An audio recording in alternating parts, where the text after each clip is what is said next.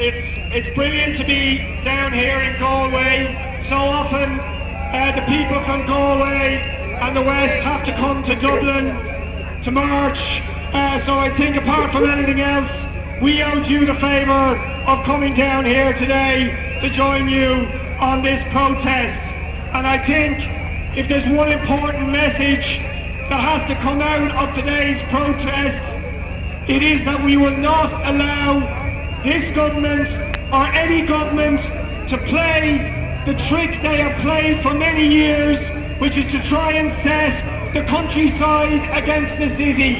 No. If we are divided in that way, we will be defeated. All of us are under attack, and our only strength is our unity. And today is a very, very important message about how every town, every city, every village, from the west, the north, the south and the east is united in opposing the household charge and the unjust austerity attacks of this government.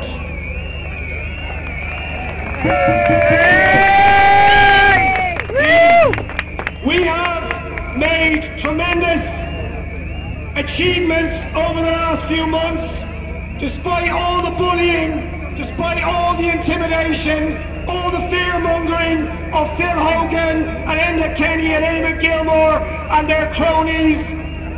By the time of their deadline date, we had the overwhelming majority, more than 1 million households, which adds up to about 3 million people, boycotting the household charge.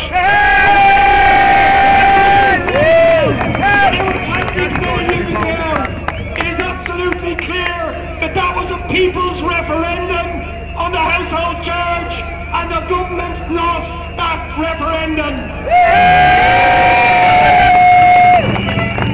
But now we have to go on, we have to continue this fight, because it is not a fight that is going to be over in a few weeks or a few months. But we need to be absolutely clear that it is a fight that we have to conduct. They threaten people with saying there will be fines and there will be penalties if you don't pay. We have to send a very simple message. If we don't continue the boycott campaign, and if this boycott campaign does not succeed, the people who have paid €100 now will be paying 300, 400, 500 and €1,000 next year.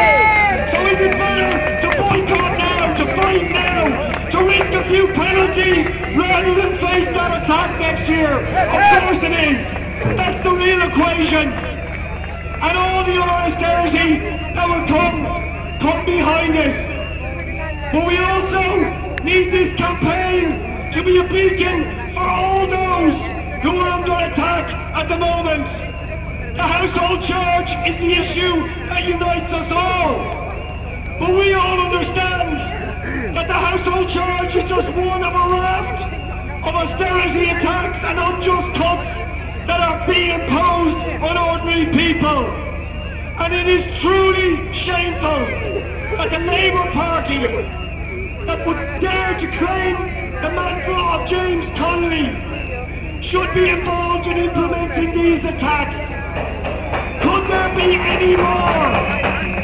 Could there be any more indictment of a Labour Party than the fact that Social Justice Ireland last week produced a report showing that there are 750,000 people in this country, including 200,000 children, now living in poverty, and that poverty has dramatically increased in the last year. Isn't that shameful for a party that calls itself a party of Labour? And we should understand how serious that is if the facts don't speak for themselves. That is the level of poverty and child poverty that is as bad as what is happening in Greece. The figures are exactly the same. Enda Kenny and Eamon Gilmore have said that if we accept this austerity, we will recover, things will be better. They keep saying we are not Greece. The truth is we are Greece. because we've accepted the austerity, and the more we accept it, the more they will mete it out to us over the coming months. And we have about a year or two to defeat this agenda. On January 2014, this state runs out of money. At that point, and even before then, they will have to start negotiating with the EU IMF for a so-called second bailout. And if you think the austerity they have imposed up to now has been bad, wait till you see what the EU IMF and the ECB demand as conditions for a so-called second bailout. So we have that time to defeat this austerity agenda. And a key part of it is to make this fiscal treaty referendum so-called a referendum on their entire austerity agenda, and that's what it is. If this treaty is passed, it will lock this country into a straitjacket of cuts, austerity, privatisation that will absolutely ruin this country for a generation. So we have to be organised to oppose that treaty and use the organisation that we have developed over the last few months to deepen it, to develop it, and to defeat this government on their austerity agenda. The last point I want to make is the importance of staying on the streets. This is a battle of nerves. They are going to use bullying and intimidation to scare people. I heard a story from Carlo today which gives you an indication of what's going on. On Wednesday in Carlo, Phil Hogan was giving a speech at the opening of a museum. It was in the local cathedral, and the cathedral was surrounded by police. It was full of the elite and dignitaries, and the ordinary citizens of Carlo were refused entry by the police, and the security heavy gang of Phil Hogan came into the cathedral. But that's what these people are about. One person who got in and criticised Phil Hogan, who was giving a political speech inside the cathedral, was dragged out by the police.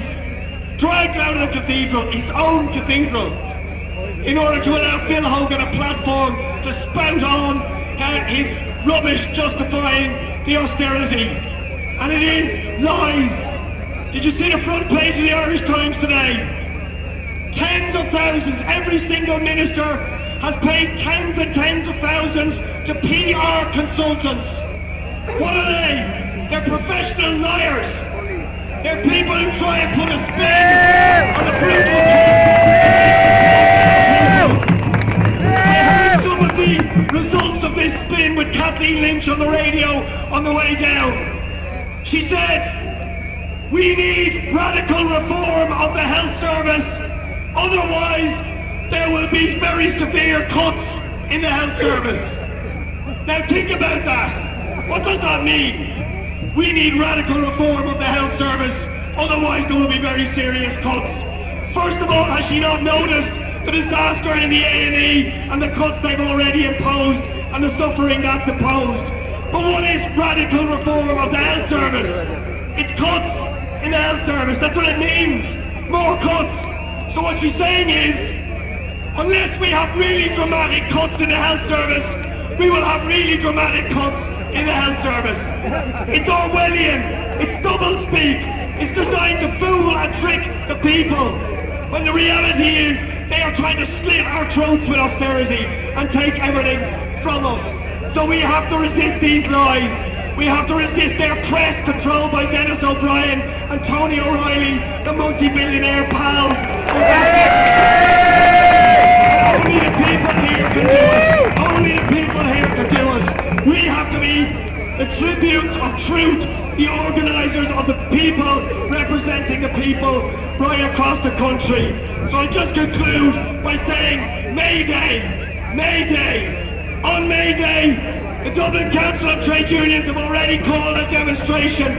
Fair play to them when the rest of the trade union leaders are sitting on their backside doing nothing to represent.